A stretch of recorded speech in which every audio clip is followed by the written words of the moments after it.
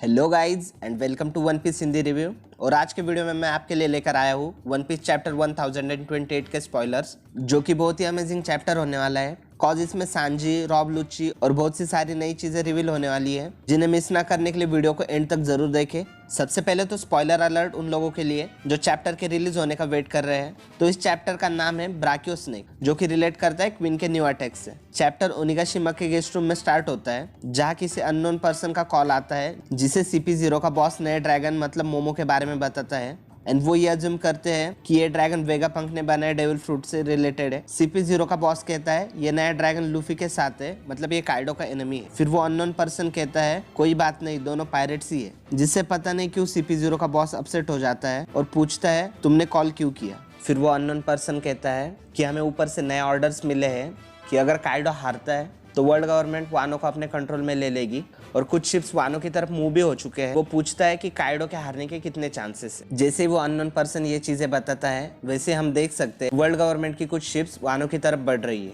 War की situation जो पहले काइडो की आर्मी 30,000 वर्सेस 5,400 समुराई थी, वो अब बदल के काइडो की आर्मी 12,000 और 8,000 समुराई हो चुकी है। फिर CP0 का बॉस कहता है कि ये बैटल मैंने एक्सपेक्ट किया था उससे भी कई ज्यादा इंटरेस्टिंग हो चुका है, और मैं कभी इमेजिन नहीं कर सकता कि काइडो कभी हारेगा। फिर वो अननोन पर्सन कहता है कि ठीक है, मैं फ्यूचर रिपोर्ट्स का वेट करूंगा और एक और ऑर्डर है। फिर हमें फाइनली उस अननोन पर्सन का चेहरा दिखाया जाता है। वो रॉब लुच्ची होता है और उसके साथ काको और स्टसी भी होते हैं। फिर रॉब लुच्ची कहता है सेकंड ऑर्डर ये है कि चाहे बैटल का रिजल्ट कुछ भी हो, बट निको रॉबिन को पकड़ना है। जैसे ही लुच्ची ये कहता है, हम दूसरे साइड में रॉबिन को देख सकते हैं जो अब उठ चुकी है और ब्रूक के साथ फाइट कर रही है। फिर हमें सीन कट करके ओनिगाशिमा के लोअर पार्ट का दिखाया जाता है, जहां ओनिगाशिमा फ्लावर कैपिटल तक पहुंचने में बस 5 मिनट बचे हैं, और momo continuously flame clouds create करने का ट्राई कर रहा होता है, बट वो बड़े क्लाउड्स क्रिएट नहीं कर पाता, बस छोटे छोटे क्लाउड्स क्रिएट कर पाता है। वो बहुत ही नर्वस और डेस्परेट होता है। फिर हम यामाटो को देख सकते हैं जो आइलैंड के ऊपर चढ़ रही होती है,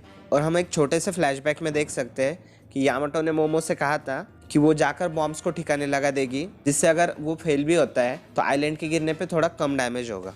और जब यामाटो टॉप पे पहुंचती है और कैसल की तरफ भाग रही होती है, तब कुछ हार्ड पायरेट्स उसे देखकर शॉक हो जाते हैं। फिर सीन कट होके लाइव फ्लोर का दिखाया जाता है, जहां पर क्वीन और सांजी अभी भी लड़ रहे होते हैं। क्वीन सांजी पे अटैक करता है, बट सांजी उस अटैक को डॉज कर देता है, जिससे क्वीन गुस्सा हो जाता है और सांजी पे फिर से अटैक कर देता है, और सांजी से कहता है जर्मा का बैटल सूट निकालो। क्वीन कहता है तुमने किंग से फाइट करते वक्त उसे यूज किया था, उससे तुम गायब हो जाते हो, क्या ये जज की साइंटिफिक पावर है। बट सांजी क्वीन पे बिल्कुल ध्यान नहीं देता और उसे अभी भी अपनी बॉडी के साथ कुछ वियर्ड लग रहा होता है। फिर सांजी कहता है अगर तुम्हें किसी के फैमिली की प्राइवेट सिचुएशंस का पता नहीं है तो उसके बारे में मत बोला करो। मैं जर्मा को अपनी फैमिली कंसिडर नहीं करता हूँ और मैं वो बैटल सूट नहीं पहनने वाला, स्पेशली अगर तुम ये चाहते हो। क्वीन तंग आके सांजी पे अटैक कर देता है, बट सांजी उसे इजीली डॉज करके क्वीन पे अटैक कर देता है। सांजी के अटैक से क्वीन का पेट जलने लगता है और वो दूर जाके गिरता है। फिर क्वीन कहता है अच्छी किक थी, अब मैं तुम्हें डायनासोर की असली पावर दिखाता हूँ।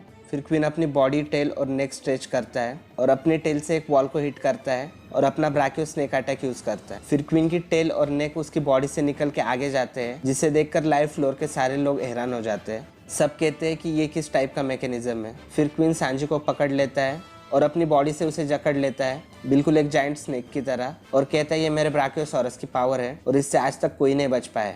सांजी दर्द से चिल्लाने लगता है और समुराइज को समझ नहीं आता कि सांजी की हेल्प कैसे करे। क्वीन कहता है यहाँ तक कि जिनके पास पावरफुल आर्मामेंट हाकी है वो भी इस अटैक से बच नहीं पाए, चलो अब मुझे अपने जर्मा का पावर दिखाओ। सांजी रेफ्यूज करता है। फिर हम अचानक क्वीन के बैग से कुछ रॉकेट्स निकलते हुए देख सकते हैं, और क्वीन कहता है ये देख रहे हो, नॉर्मली ब्राकियोसॉरस की बॉडी यूजलेस होती है, पर मैं एक साइंटिस्ट हूँ और मैंने अपनी बॉडी में ब्राकियो लॉन्चर्स इक्विप किए हैं, और अगर मैं उनका नाम लेता हूँ तो ये कहते हैं लॉन्चर्स फायर होकर क्वीन को हिट करते हैं, क्योंकि सांजी को एक्सप्लेन करते वक्त क्वीन ने ब्राकियो लॉन्चर्स कहा था। फिर क्वीन अपने टॉर्सो से कहता है इडियट, मैंने ब्राकियो लॉन्चर्स इसलिए कहा था क्योंकि मैं एक्सप्लेन कर रहा था। क्वीन फिर से ब्राकियो लॉन्चर्स कहता है, इसलिए उस पर फिर से मिसाइल चल जाती है। फिर क्वीन सांजी को छोड़ देता है और सोचता है कि सारी हड्डियां टूट गई होगी और वो अब उठ नहीं पाएगा। फिर भी सांजी उठता है, उसकी लेफ्ट लेग टूटी होती है और उसके बैक के कुछ बोन्स भी टूटे हुए होते हैं और वो एकदम ज़ॉम्बी की तरह चल रहा होता है। फिर चॉपर उससे पूछता है क्या हुआ सांजी, क्या तुम ठीक हो? जिसके जवाब में सांजी कहता है थोड़ा सा दर्द हो रहा है बट मैं मूव कर पा रहा हूँ। चॉपर कहता है कि सांजी क्या तुम ज़ॉम्बी बन गए हो?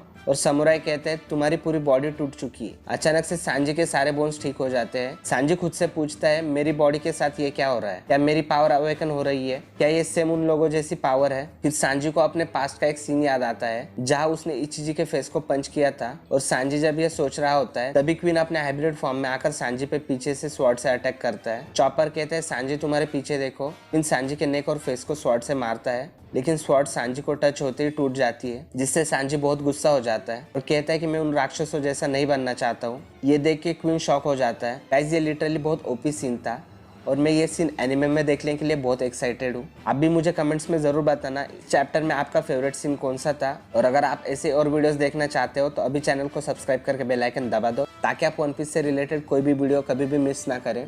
और हाँ, नेक्स्ट वीक ब्रेक है गाइस।